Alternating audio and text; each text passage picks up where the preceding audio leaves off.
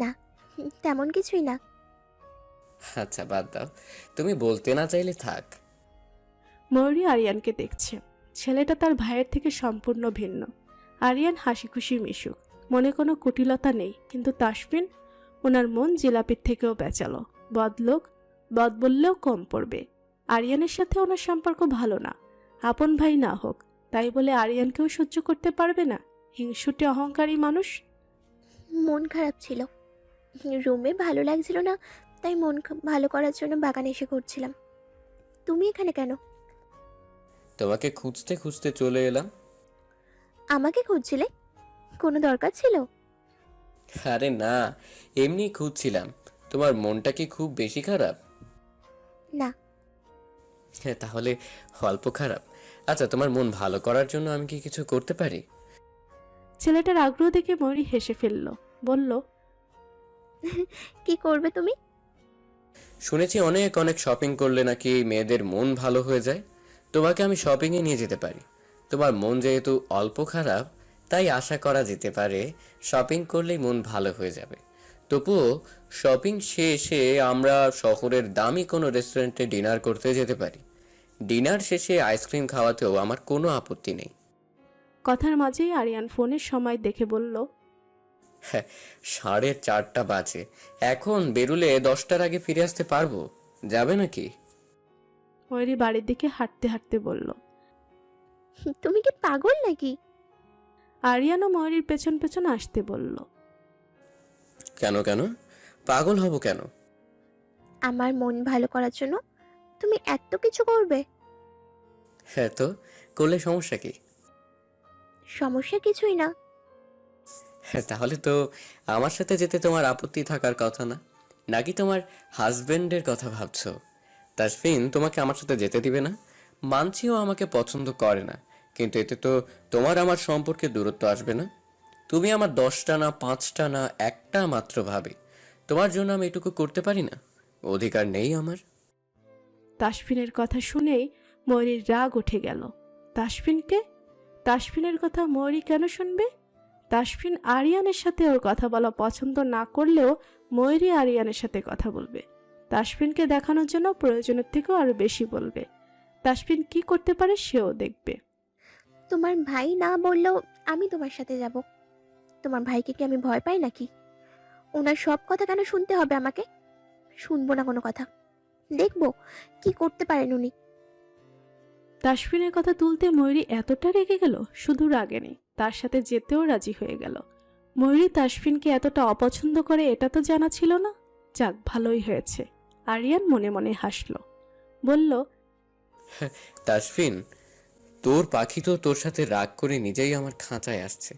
আমাকে তেমন কোনো কষ্টই করতে হচ্ছে না। তোর কথা বলে বলে মৌরিকে দিয়ে আমি আমার সব কথা মানিয়ে নিতে পারবো। তাসফিন কফির মগ হাতে নিয়ে লোনে আসছিল। বিকেলে মাঝে মধ্যে যদি কোনোদিন বাড়িতে থাকা হয়, তাহলে সে এই সময়টুকু কফি খেতে খেতে লনে বসে কাটায়। আজ লনে এসে অন্যরকম একটা দৃশ্য দেখল।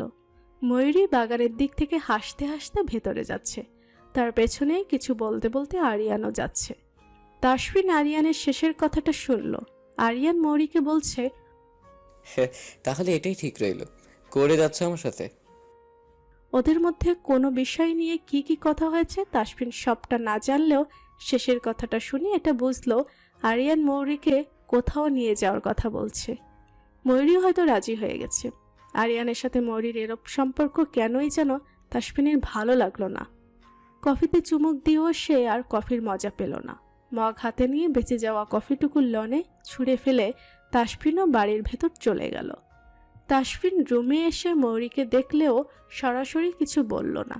সে ময়ূরীর উপর রাগ থেকেই রুমে নানান উদ্ভট কাজ করে যাচ্ছে। শব্দ করে আলমারির ডালা খুলছে, একটা একটা করে সবগুলো শার্ট বেডের উপর ছুঁড়ে রাখছে, আর চোখে ময়ূরীকে দেখছে। কিন্তু ময়ূরী তার এসব কাজে কোনো প্রতিক্রিয়া দেখাচ্ছে না দেখে রাগটা আরও বেড়ে যাচ্ছে।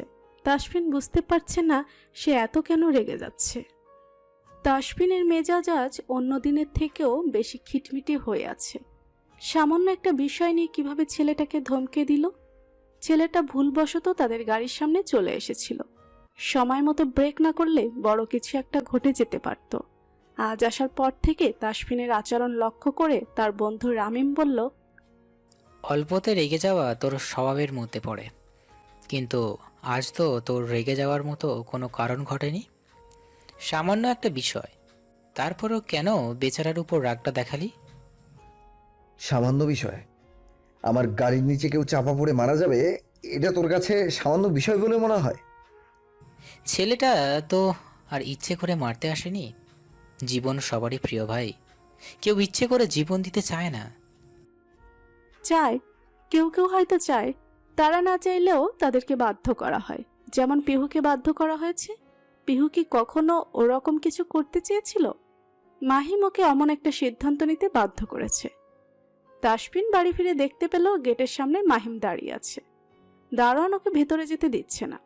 তাসফিনের গাড়ি গেট দিয়ে ঢোকার সময় মাহিম ওর সামনে চলে এলো। এত অপমানের পরও এই বেহায়া ছেলে আবার বোনকে দেখতে চলে এসেছে। বোনের জন্য এত ভালোবাসা। তাসফিন গাড়ির জানালার কাছ নামিয়ে মাহিমের উদ্দেশ্যে বলল, এবার কিন্তু তোমার বোনই দেখা করতে চায় না, আমি বারণ করিনি। আমি মৌরির সাথে দেখা করতে আসিনি। ওহো, তাহলে আমাকে দেখতে এসেছো? দেখা হয়ে গেছে, এবার পথ ছাড়ো।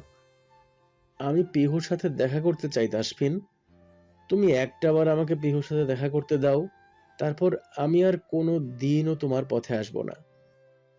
তাসফিন তীক্ষ্ণ চোখে ছেলেটাকে দেখছে।